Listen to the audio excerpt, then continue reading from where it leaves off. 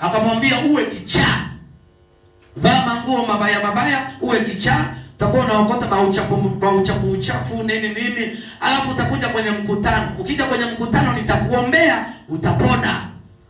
Ikawa kweli, utanipa shilingi ngapi? Maana kuwekti eneo, na ndio maana wasanii kwa nini wanalipwa hela ndefu? Kwa sababu umemweka eneo gumu.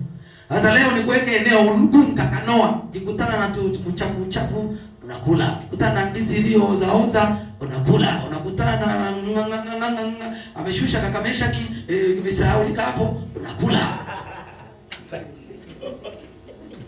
Wenye heri ya ndio waliokamata. Mungu akubariki sana.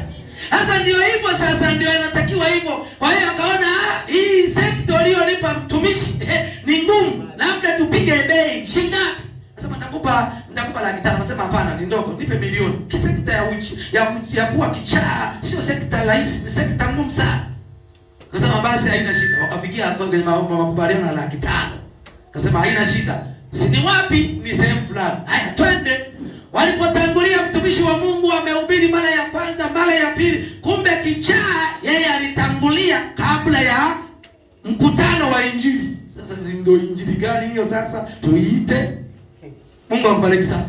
Kichaa wanamuona mtaa wa pili, mtaa wa 4, mtaa wa 6. Ani kichaa kabisa, anaokota makopo. Sasa ilipokaribia mkutano sasa, na kichaa tayari watu wameshamzoea. Fulani tunamuonaga hapa ni kichaa, huwa anapita kila siku nguo ametupa, mara siku nyingine anapita yuko uchi.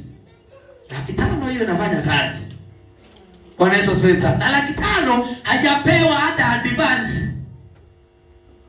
Yuko anabimbilika tu na kifua lake na tumbo lake, anaenda huku na kule. Mtumishi wa Mungu alipokuja anasema Bwana atafanya miujiza.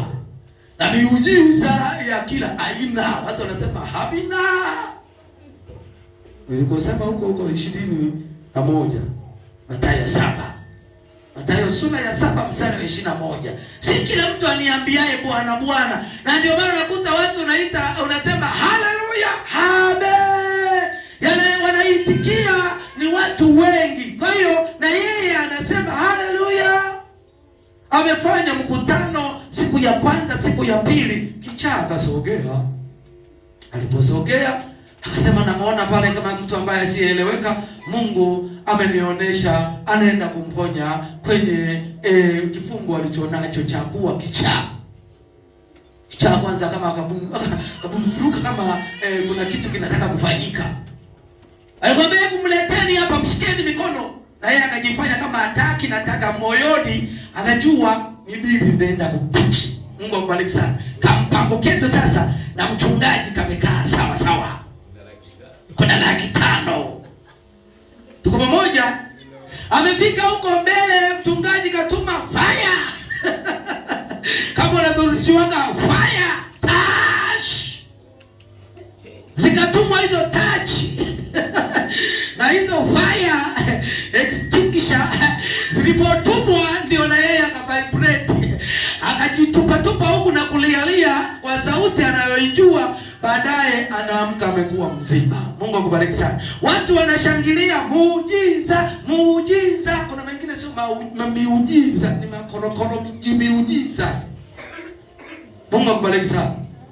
Kimbembe, kwa nini tuliipata hiyo story? Kimbembe kikaanza. Alipomaliza kuponya huyo mtu na watu wakajua na watu wakamiminika. Kesho yake anamalizia mkutano, watu wengi wakaja kwenye mkutano kwamba huyu bwana mpaka ameponya kichaa. Kwa hiyo walipokuja watu wengi, wengine wanaleta sadaka, wengine wanaleta fungu la 10, wengine wanaleta si waombewe. Ndio naambia wewe unashinkoleta hela ya kutosha. Unapotaka Mungu akuweke kwenye eneo la watu special, unatakiwa na wewe Mungu mjali ili akuweke kwa watu special. Sasa na wewe unajiongeza ili uonekane wa special, na unatakiwa na wewe upeleke vitu vya special. Ina maana usipeleke 2,000, peleka 10,000. Ina maana usipeleke 10,000, peleka 100,000. Ina maana usipeleke 100,000, peleka 1,000,000. Ina maana usipeleke 1,000,000, peleka 20,000,000. Ndipo hapo sasa watu wanasema nataka kuketishwa katika ulimwengu wa watu special. Kama huyo kichaa aliyeketishwa katika watu special. Watu walimiminika kutoa hizo hela. Walimiminika, alipata zaidi ya milioni kadhaa. siku hizi anapenda hela. Yakafuta hela, akabeba hela zote na za yule kichaa waliyepanga mradi wa muujiza. Anamfuata, vipi kaela kangu nitakupa. Subiri kesho. Kesho inafika, mkutano umeisha, mchungaji akaondoka. Jamaa akajitokeza. Huyu ni mshenzi kabisa. Yaani mimi nimekaa siku 5 hapa naingiza niwe kichaa ili tupige hela, anipe hela yangu. Kaondoka na hela yangu. Ndio tunajua kumbe kamuigiza kaliko hangaika, watu wakaputwa, kesho yake kalikuwa ni kamtego, kamtengenezo. Bwana Yesu